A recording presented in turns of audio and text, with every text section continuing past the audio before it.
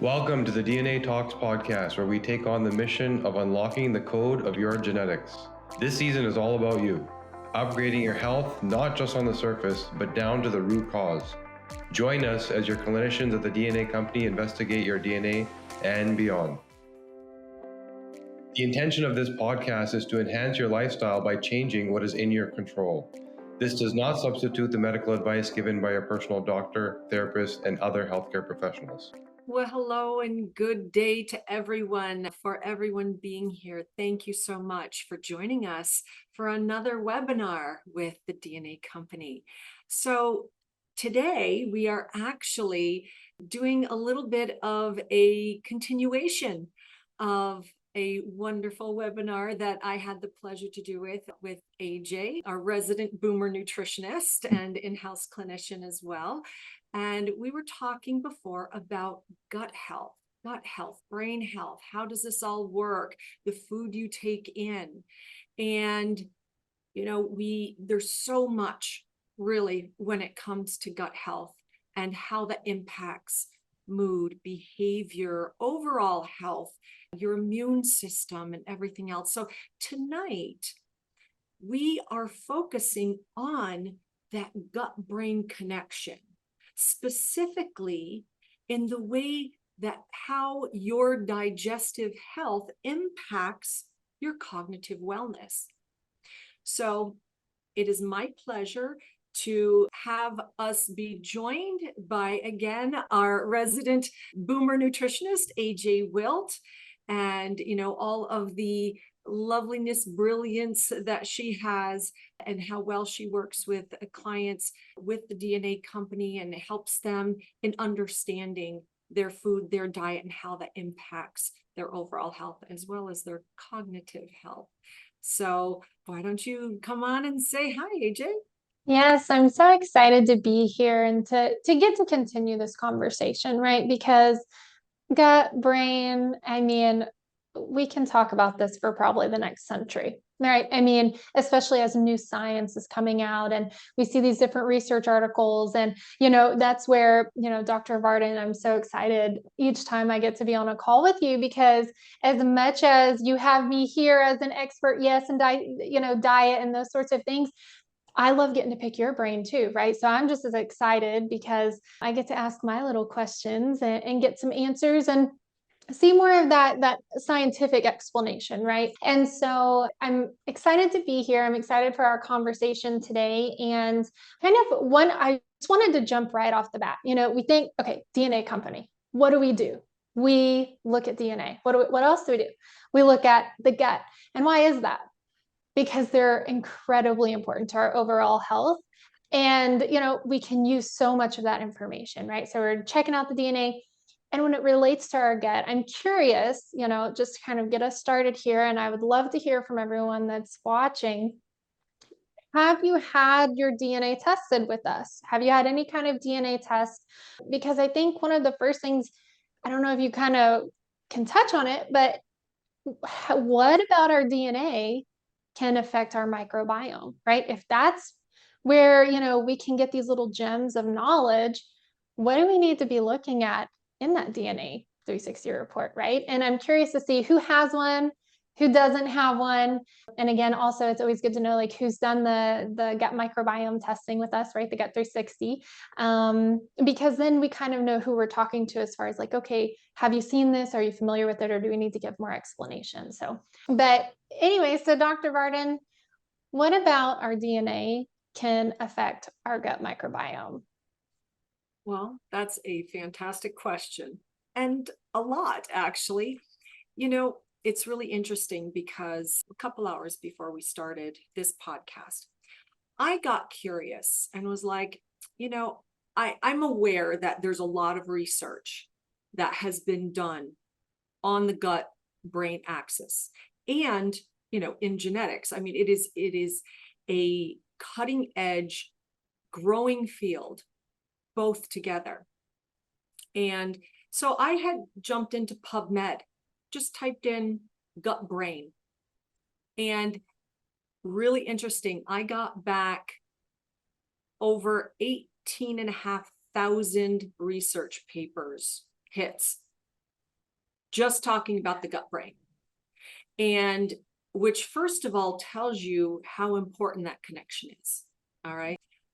But then when you really start tying in your genetics to it and saying, okay, so the gut being really important, the brain really important, the two together being even more important, and how we as a company look at the genes in a functional way, saying, okay, here's your genes, here's how they affect the gut, the brain, the two together.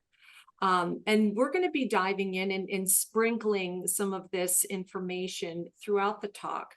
But if you have your DNA reports, your DNA 360, or if you're waiting on it, and when you get them and you can replay this to kind of listen in again, to scroll through your reports and take a look, we have a mood and behavior section that covers a handful of genes, specifically those related to three major neurotransmitters that are extremely important when it comes to memory, to mood, specifically dopamine, serotonin, noradrenaline, adrenaline, okay? And the receptors that are related to them. These are the genes that we're talking about, are the genes like the DRT2 gene, that's DRD2, that tells us what the density of dopamine receptors you are genetically predisposed to having. How easily do you feel that pleasure and reward when dopamine, that neurotransmitter, attaches to that receptor? So that gives us a lot of information. And then, of course, how quickly is it cleared?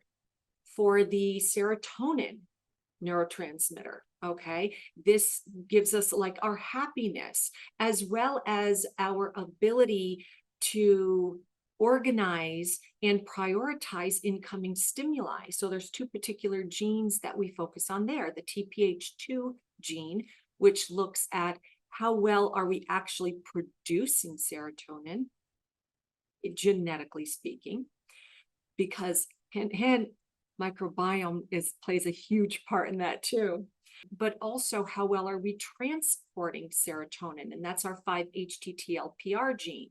Mhm. So again, a lot of really good information. And then our ADRA2B gene deals with the noradrenaline, adrenaline receptor, and how you work with stress, how impactfully you feel those stressful moments, and then how you replay them, how you remember those. So that's a very strong and impactful section of our DNA 360 reports that are very reflective on, what we're talking about tonight and what we're, going to be discussing. But also, there are sprinklings of information on the gut, like your glutathione conjugation pathway, the GST genes, specifically GSTM1.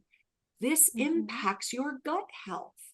How it gives us an idea on how your gut biome, the diversity, the population, is it a decent terrain to work with, genetically speaking, or we might need to look into that a little bit more to give it some support to help with, your gut biome. The FUT2 gene, that also works in there. That particular one you'll find in your reports for anti-inflammation. And then there are others for diet and nutrition that are obviously very, very important because of the way that we process the foods that we actually take in. And, so we'll get into that a little bit more when we start diving into more of the science behind it and how all of this works.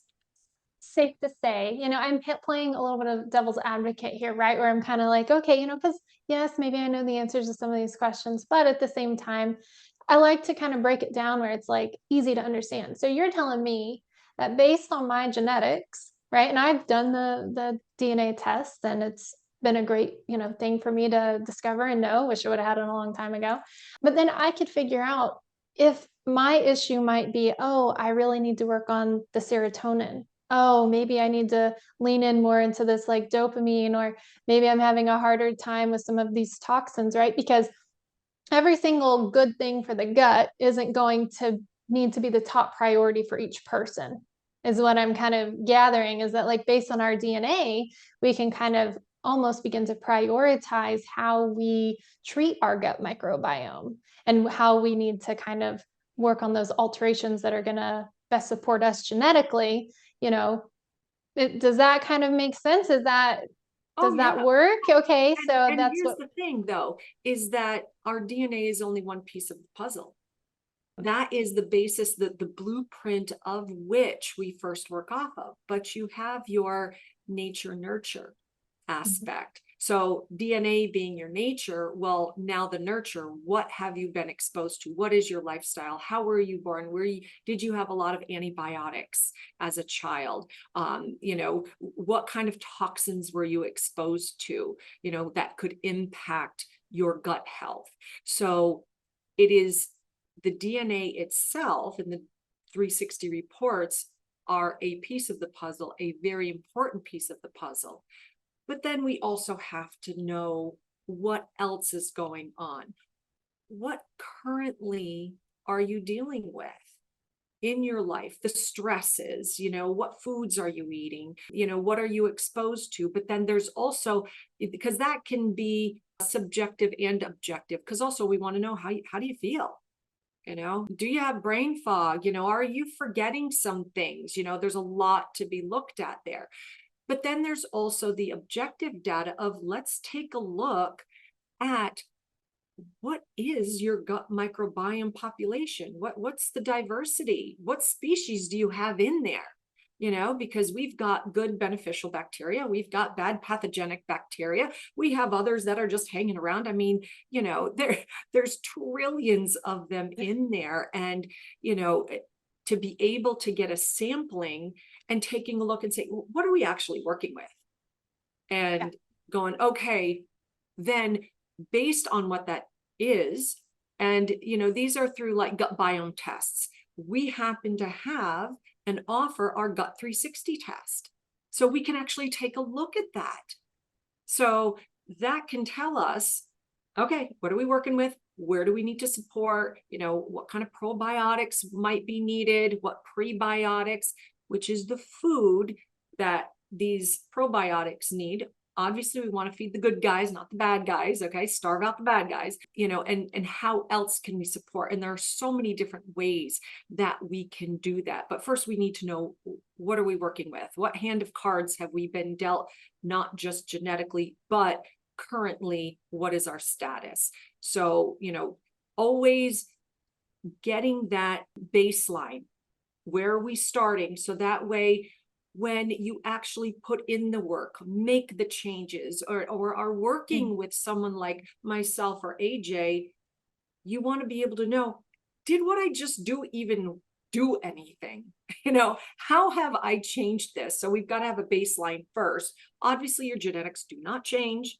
They are not diagnostic. They just tell you what that unchanging, what do you have to work with? But it gives us the spectrum on, kind of like when I've talked about before, that genes aren't just like an on-off switch. It's like a dimmer switch. You can upregulate, downregulate, make them brighter, make them dimmer.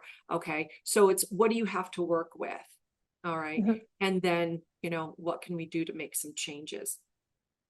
So as we kind of get into some of these, these conversations, and I know that sometimes when we're used to having these conversations a lot, we use words and phrases that other people might be like, what's that? So, gut-brain axis. Have y'all heard that term? And if you have heard it, is it like, oh, I just kind of pick up on context clues and I think I have a vague understanding of it? Or do you really feel that you understand that connection and what that gut-brain axis is, right? Because when we have these talks, not only do we want to share information, but we want to do so with a vernacular and in a way and with the explanation so that you can track along, right? We want everyone tracking along and understanding it, so it's not like we're just, see right here, Mary says she's not aware of the term. So if we start talking, oh, gut-brain axis, she's gonna be like, excuse me, can we just hold on a minute and someone explain what is, Dr. Varden, that gut-brain axis? What are we even talking about? Well, I'll tell you, it's the interaction between the enteric system and the central nervous system. Beautiful. Love that. Yes. Now, what, for those of you who haven't heard of the term, they're like, okay, So now what's enteric? Yeah. What's the central nervous system? Okay. So when we're saying enteric, that is your gut. Your gut is actually innervated, meaning it's got a crap load of nerves. Okay. A bunch of nerves in the gut. And it's really interesting because I tell clients this during their sessions that there are actually 10 to 15 times more neuronal connections, information transfer going from the gut to the brain than there is the brain to the gut. Our gut is considered our second brain. And the central nervous system is the brain. It's the brain and spinal cord.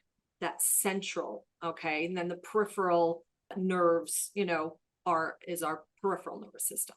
So there is a direct connection between the gut, the enteric nervous system, and our central nervous system, the brain. And that is exactly what we're going to be talking about and diving more into. So I'm so glad to see, a lot of people I'm seeing, yep, heard of it, vague understanding, heard some of the mechanisms or is somewhat understanding of it, talking about inflammation. Yes.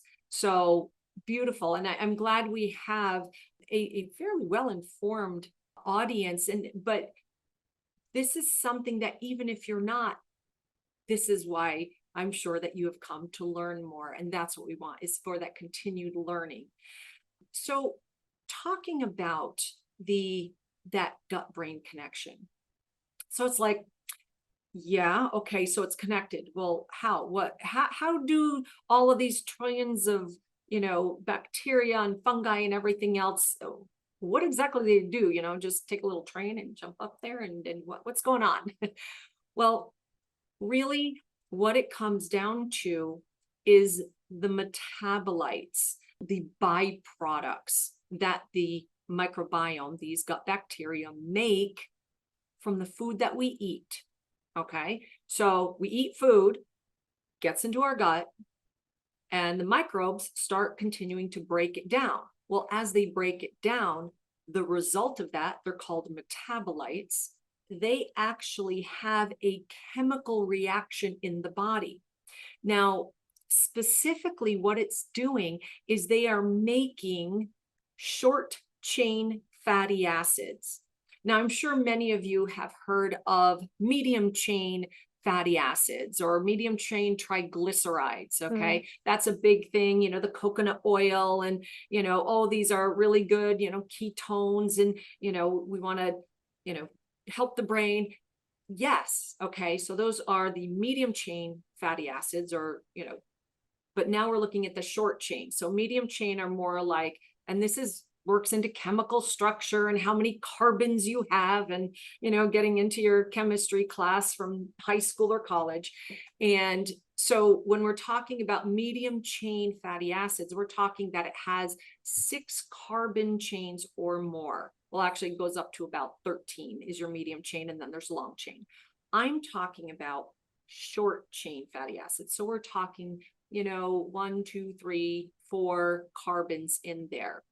And these are really important because what they do is the microbiome, these bacterium, they break down the food, these dietary fibers, which are very crucial for brain health, because these molecules, and I'm sure you'll hear different terms about what short chain fatty acids are, or like the names, for example, like acetate, propionate, butyrate. That's a big one. Butyrate is often highlighted for its anti-inflammatory properties. It's really, really important for maintaining the integrity of the blood-brain barrier. Okay, we don't want to have a lot of stuff getting into our brain and messing things up. So it's very, very tight in there. Very few things are allowed. Well, these short chain fatty acids are allowed because they're small enough to pass that blood-brain barrier. And that really helps with regulating inflammation, within our brain, within that central nervous system, which directly acts and promotes neurotrophic factors like brain-derived neurotrophic factor, which we want, which is actually one of the things that we go over in our DNA reports and our mood and behavior, because that helps with neuroplasticity. How well are you learning new things? So real quick, you just said that the food we eat goes in, gets into our gut, it gets digested, and we create these metabolites. And those metabolites then have a direct effect and get absorbed into the brain and can cause inflammation or not, or keep inflammation down. So right there, the food we're eating, the gut is doing something that's directly affecting potential inflammation in my brain. Oh, So, I mean, it's not even some like vague communication or something that's like, so, like we eat daily. I mean, unless we're fasting, right? Multiple times a day. So this interaction is happening constantly, right? I mean, we are constantly affecting our, cognitive health, our brain health, right? By what we're putting in our stomach, like every time we eat a meal. And I'll tell you, this is not just conjecture or us just going, oh, well, yeah, of course. No, there are scientific studies showing this. There was a recent study published in Molecular Psychiatry in 2021, where they did a study that highlights the production of these short chain fatty acids by gut microbes. And it really looked at the role in strengthening the blood-brain barrier that I was just telling you about reducing that neuroinflammation, about supporting cognitive health. So, I mean, that's just one. There's another one in the journal Nutrients. It's also a 2021 study. And that research actually reviewed those interactions between the microbiota, gut, brain. And it really got into detailing how the microbial composition affects brain function, affects your behavior through the modulation or the ability to change, increase, decrease, okay, the neurotransmission. And what I mean by neurotransmission, this is the neurotransmitters, serotonin, dopamine, noradrenaline, things like that. When they are passed from neuron to neuron, which are the cells in the brain, in the nervous system, okay, when they are transmitted from the neuron to neuron, that's called neurotransmission. So it actually can affect how quickly, how well, how effectively that is done. That these short chain fatty acids that the microbiota directly affect that. So I'm telling you that, like I said, over 18,000 studies, which is crazy. And so Susan put a good question, I think, in the chat here. She said, is that always happening or only when you have a leaky gut? Now, so there is a difference between having a leaky gut, right? And maybe you can explain and give a little bit of clarity on that, because we do want short chain fatty acids, right? We do want that going to our brain. That is a positive interaction that we're having between the gut and the brain, right? Whereas leaky gut is something that is different than that. I will say, though, it is that if you have a leaky gut, you probably have a leaky brain. And there are associations of gut issues, IBS, and other severe gut problems, colitis, and issues in brain function. For example, brain fog and, memory decline, etc. So there has been also plenty of studies that have been done that have looked at the two in conjunction. So, but it is important that certain metabolites, that certain things, yes, we do want crossing the blood-brain barrier, but they are usually very, very small. We don't want large proteins. We don't want a lot of junk in there. So that's why, like, the tight junctions that you find in your gut doesn't leak out these larger molecules that can end up, wreaking havoc and causing infections and inflammation in the body. And like I said, it's the same type of thing for the brain.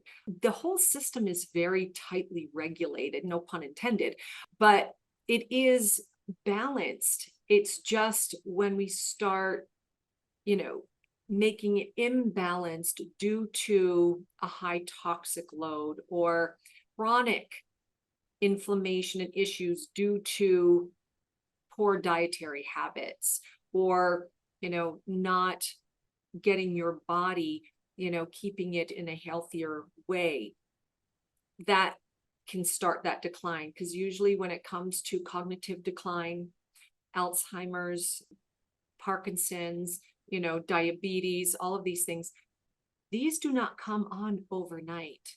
They are years and decades in the making. So Yes. it's just that kind of end product.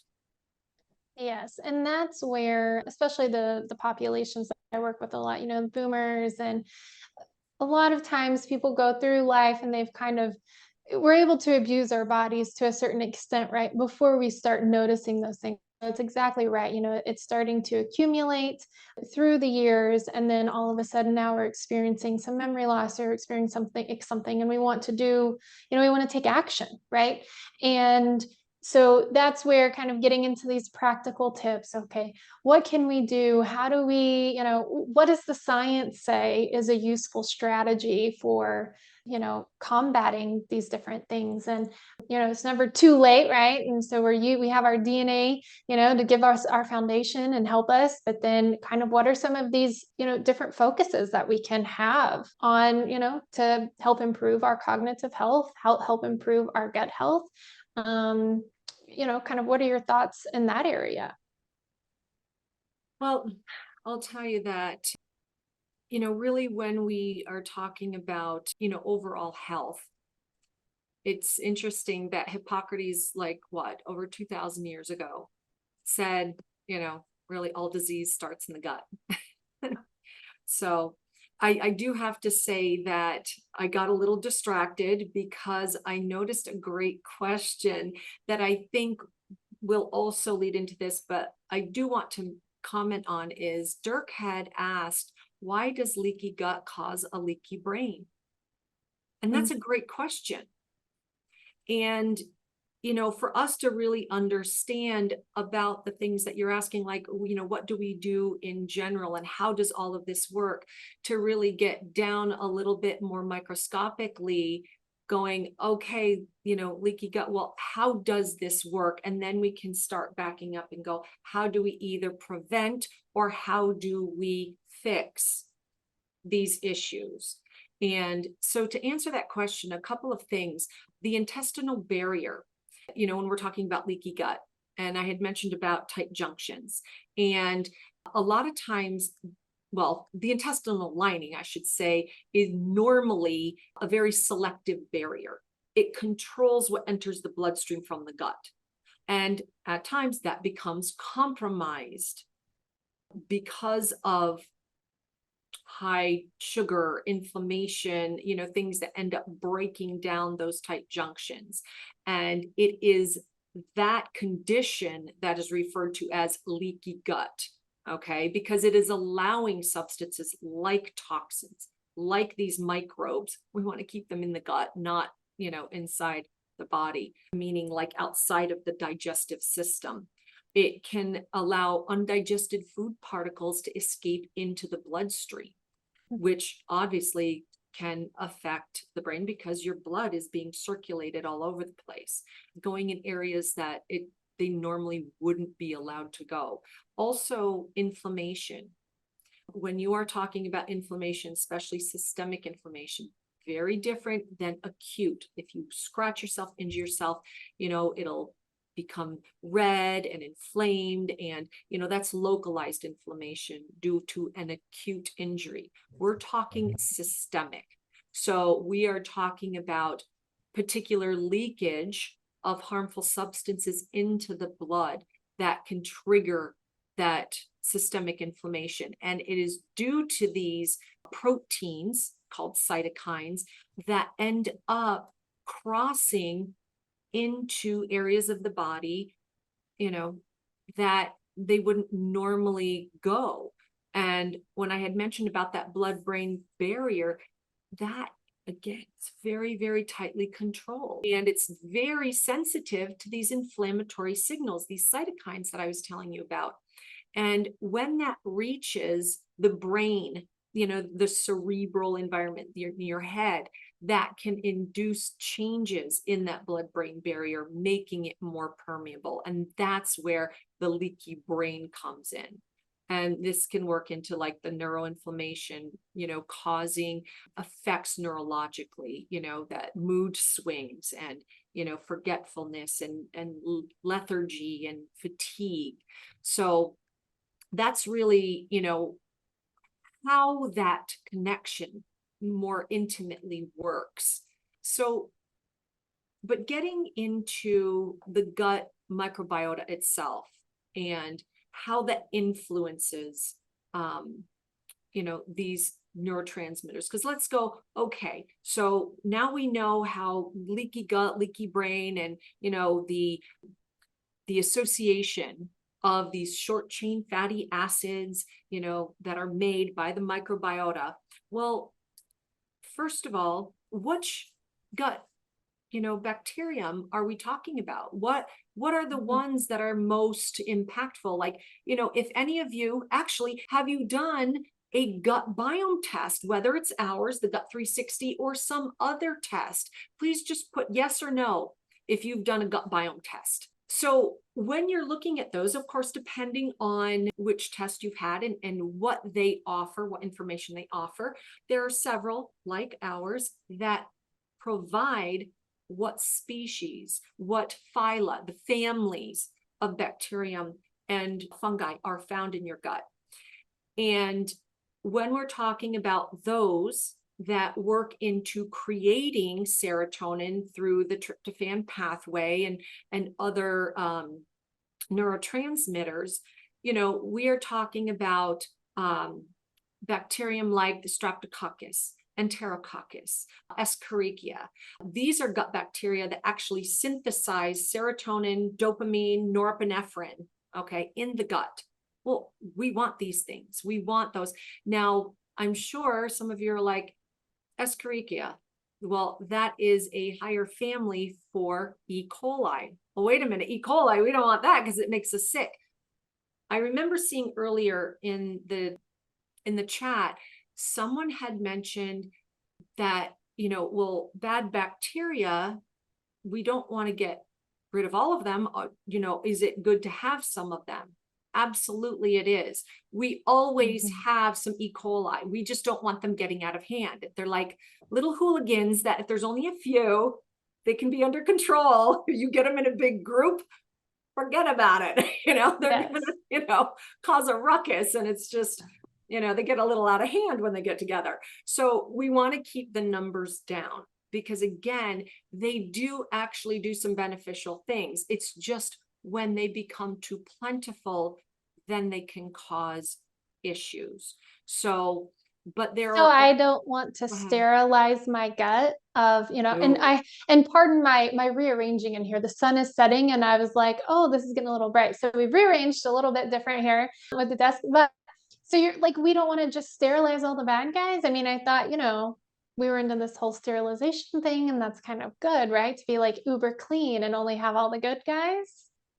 So we need some balance. Okay. So we need an antagonist. Okay. Just checking. Okay. Yes. So, I mean, the thing is that, there's a whole family of good gut bacteria. And there's also a whole family of pathogenic, but there's still an ideal range of which you want them in. So some, good gut bacteria, we're talking about like lactobacillus and bifidobacterium, different species like that you will often find in probiotics.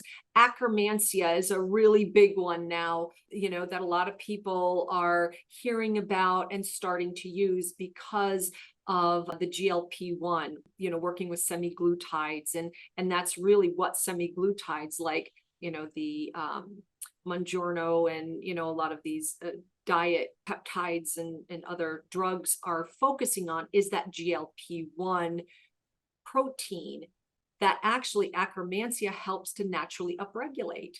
And basically what GLP-1 does is it just turns off your hunger. Kind of like when you're filling up a gas tank, you know, when you've got the thing in there and then it clicks when your gas tank is full. Well, that's like GLP-1. It clicks when your stomach is full. Okay. And some people that's dysregulated, so they keep eating and are seemingly very hungry. So Akkermansia is a keystone species, meaning it is one of those species that we want in the gut that does a lot of really good things. So it's not just working on the GLP-1 upregulation, it also produces mucin, because Akkermansia mucinophilia, where that actually helps to better the gut integrity, the tight junctions. It actually helps in gut repair. Yeah. So, you know, the species do a lot of wonderful things. There's also another family called Bacteroidetes. This is really important to help with plant metabolism. There's Firmicutes that helps with fat metabolism. There's even the Ascomycota, which is a fungal group that really is very critical in inflammation, a balance of inflammatory and anti-inflammatory effects. So it's knowing, okay, again, what do you have currently in your gut? And, you know, with some of the pathogenic Candida, I've got a lot of clients with high Candida. Candida loves sugar, you know, and I'll tell you, they're going to make you crave sugar. Yes, they will. This is what I was talking about earlier on. We want to feed the good guys, not the bad guys. So, you know, Candida, although we're always going to have a little bit, when they start, you know, getting too many and making you crave the sugar, if you keep eating, you know, the starches and the sugary foods and everything else, you're feeding the bad guys. All right. Yeah. Where the good guys, okay, so, you know, our Bacteroidetes, our Lactobacillus, our, you know, Akkermansia, this is where the fiber comes in. Your complex carbohydrates, your, you know, those prebiotics, okay, the food for the good guys. And I would love to have you talk a little bit about that. Yeah, so, well, and when we get into the discussion of food, and even when we're talking about probiotics, what's good in one person can be bad in others. And it's very true, right? So whenever we talk about foods that are, say, supportive of a healthy microbiome, it doesn't mean you need to eat every single one of those foods that we list, because maybe some of those foods are not ideal for you. Whenever we talk about these different bacteria that live in our gut, and, you know, oh, well, there's all these different bacteria. Okay, I'm going to get this probiotic and that probiotic. I'm going to just take them. In some people, those certain bacteria can cause issues, right? So I'm someone who deals with histamine intolerance. So when we talk about, oh, how do we have a healthy gut microbiome? Eat fermented foods. That is the absolute worst advice for someone like me, right? I've been down that road where I'm like, oh, I have a leaky gut. I'm going to fix everything when I fix my gut, and I'm going to eat kimchi by the gallon every day, and I'm going to be amazing, right? And health is going to be fantastic. Well, then I just start feeling worse and worse and worse and worse, and I can't figure it out. Oh, then we discover this whole histamine intolerance thing. I take out the fermented foods. I put in probiotics that are supportive of me personally and my health. I feel amazing, right? And so all of these little things we'll talk about, foods that we'll talk about, they aren't necessarily for everyone, right? But if you find some that you feel really good on, well, let's lean into that, right? Our body does communicate to us. And this is where, you know, you kind of have to have the idea of intuitive eating, right? Listen to your body, right? If your heart rate goes... I'm going to give a little pushback on that, just a little bit, okay? Okay. And the reason I say that is we have to be careful to intuitive eating, because like I told you about Candida, they will make you crave sugar. True. So if you intuitively like, oh, I want that cookie, I want that, pie, Okay. I want that, obviously you don't Yes. want to Not lean. indulgent. Yes, not indulgent intuitive eating, not comfort eating. Okay, so we're going to give a little distinction there. We don't want to lean into the comfort eating, right? And oh, I crave this and I like this, but more of a, I am making healthy decisions. Okay, I'm choosing the fruits and veggies, I am choosing the grains, but for some reason, when I eat the oats, I don't feel very well, but when I have, say, the buckwheat, I feel wonderful for breakfast, right? So it's more of an intuition with the healthy foods, right? Yeah. So not condoning to intuitively eat Twinkies, not the intuition I'm leaning into here. So, but yes, one of the things, especially when we talk about short chain fatty acids, since you had mentioned those in the beginning of our talk, well, one thing that I always like to bring to the attention of clients are resistant starches, right? So resistant starches are something that are going to help you increase that short chain fatty acid, increases how many you have, right? Helps the gut out. And so people are like, well, where do I get those, right? How do I get short chain fatty acids in my diet? And sometimes it's as simple as cooking rice, not eating it right away, refrigerating it, and eating it. You can reheat it again, but whenever you go through that cook, the same with potatoes, you go through it, it's cooked, and then it cools all the way down. Resistant starches are created within those foods. And so think of your Sunday meal prep, right? How can I prep some potatoes? How can I prep some rice? And it's going to be my lunch during the week, right? Whether those are going to be my carb sources, my starch sources, maybe. Not to say that we're going to overload on them, but those resistant starches that are created now, whether you eat that as a cold meal, right, or you warm it back up, you've now just naturally increased the resistant starch content of that food. You eat it, and it's a good thing for your gut. So there's these really simple things that we can add into our daily meals to help give us. I want to dovetail off of the starch resistant rice, because several years ago, I came across a paper and a recipe on making the starch resistant rice, because you can make it even more starch resistant, not just sticking it in the fridge, but actually when you're cooking it, to cook it with coconut oil. Well, then what you do, put it in the fridge, let it cool completely, then you can reheat it. Now, here's the science behind it. What they found in this particular study is that when you cook it with the coconut oil, that it actually will infuse into the rice. Then when you chill it, it actually creates like a crystallization of the starch, making it more starch resistant. And you can reheat it, but the crystallization stays. And it's said to reduce the starch absorbability by 40%. And they were still doing research. It was like, oh, this is so cool. Yeah. So there actually is, I've seen recipes out there for starch resistant rice, but that, is really wonderful. And oh, Teresa, you're allergic to coconuts. That's the particular fat that they used. I'm not sure if you can just use any fat, like a butter. Obviously, you don't want to use anything that is like inflammatory, like some of the. You could try ghee. I would suggest using ghee, because that can also help with the short chain fatty acid. I'm not saying that using ghee or butter or something wouldn't do it. It's just that the research that they did, that they actually measured this, was using the coconut oil. So I just wanted to throw that out there, because again, there is science behind this. And, these are the numbers, which I love because I'm a total geek about it. Anyway, I've got a question to throw out to people. If you can reflect on a time when you changed your diet and it affected your mood, your cognitive abilities, for example, like your ability to focus or memory, and I'm talking either good or bad. Okay. Has anybody ever changed their diet and noticed a difference in their mood or their ability to focus, or, their memory? Throw that in.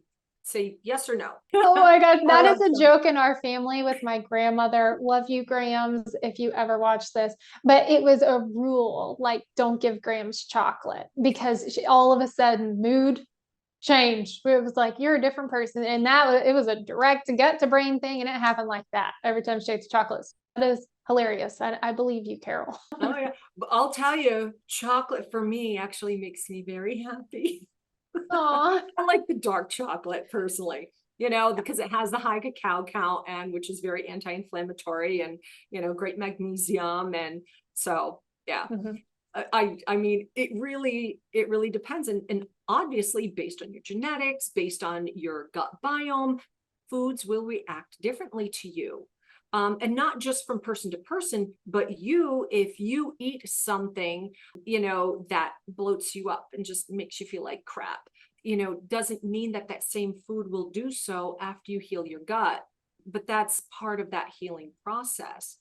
But I'll tell you what, how about after a Thanksgiving meal and you eat lots of turkey and you feel like you're going into a food coma? We love the food coma, right? I thought it was just a part of the experience. Are you telling me my gut microbiome might have something to do with that? Absolutely. That's your So could I get tryptophan through pathway. Thanksgiving? Oh, wow. So what happens when I'm going into like the food coma versus the person who's like, oh, let's go walk and do all these things after the meal? And it's like, what, like what's the difference in our gut? What's going Well, on? that actually is the tryptophan pathway because the turkey is high in tryptophan, which happens to be an amino acid. And that gets turned into serotonin. And, there's other neurotransmitters that are going on. But one of the things is that, we're happy, we're calm, we're chill, and we end up being more, and we start getting tired because remember serotonin and melatonin, that interaction. So you start increasing the melatonin, hey, we're getting tired. So, and when you get that overload, because most people don't eat that much turkey, normally they kind of gorge themselves at Thanksgiving. But there is the perfect example, of where food, your gut microbiome, making these metabolites affecting neurotransmitter production and how it is affecting your brain, your mood, your thoughts. And I will tell you, I know, being in grad school and everything, when I would eat, if I had fried foods, say we went out for a burger and fries or something, oh my gosh, my brain was not as sharp. It took more energy to try to focus, to process information. And especially when I was doing late nights, and studying, pulling all-nighters, that didn't give my gut biome a chance to clean up and do its rest, which affected my energy level. When we talk about how long the food takes, right, from the moment we eat it until it's expelled, that can take some time, right? Like it spends a decent amount of time in our body. We call that our transit time, as funny as it may sound, right? We're not talking about public transit. We're talking about the transit in your, through you. And, sometimes when we're like, oh, we eat a food, we don't necessarily, it's not like, oh, I ate this food and then I felt stupid for 2 minutes. Now I did see someone in here say, and I'd have to go back and find it as the comments are going, which is like, I ate a bunch of carrots. I was dumb for a day. Like it really happened. And, stuff like that can happen. We can have like instant kind of reactions to some of our food, but can the food affect us where we've eaten it and we maybe don't notice the brain fog or we don't notice anything until a couple days later? Oh yeah. Okay. Oh, Okay. absolutely. Yeah. Because remember that, it takes time for that process of breaking down food and transit time, like you were talking about. When you first eat food to when you're actually excreting it out into the toilet, that is your transit time. And that can be anywhere from like 16, and this is normal, okay, because I know some people, might get diarrhea or just have some bad and it comes out real fast. But we're talking normally between 16 to 36 hours. Okay. So therefore, all during that time, it's going through your intestines. I mean, You've got a lot of intestines going on. There's, a lot of microbes that are working on those pieces of food. And, when they are making their metabolites, and then when it is, going through the bloodstream, through the body, getting to the brain, it's that process. And yes, that can stretch out over several hours and even a day or two. So absolutely, you will have that delayed response. I mean, like I was saying, eating fried foods and foods that are inflammatory, it will affect the systemic inflammation that I had mentioned earlier in the webinar, and it will take a little bit longer for that to clear, for you to recover. So, this is really something to be aware of. Doing a food journal is very, very important. So knowing and associating how the food you eat make you feel. Thank you for taking the time out of your day to join us, to learn more about your health, your gut, your brain, to be healthier, to be the best you possible. So much appreciation. And I want to thank my brilliant partner in transit time crime, AJ Wilt. Thank you so much for being here. Thank you for your input. Always a pleasure. Your help, your information is just pearls of wisdom, and we truly appreciate that. So thank you very much. And thank you for all of our angels in the background making all this happen. So until then, have a beautiful day, and we will see you next time.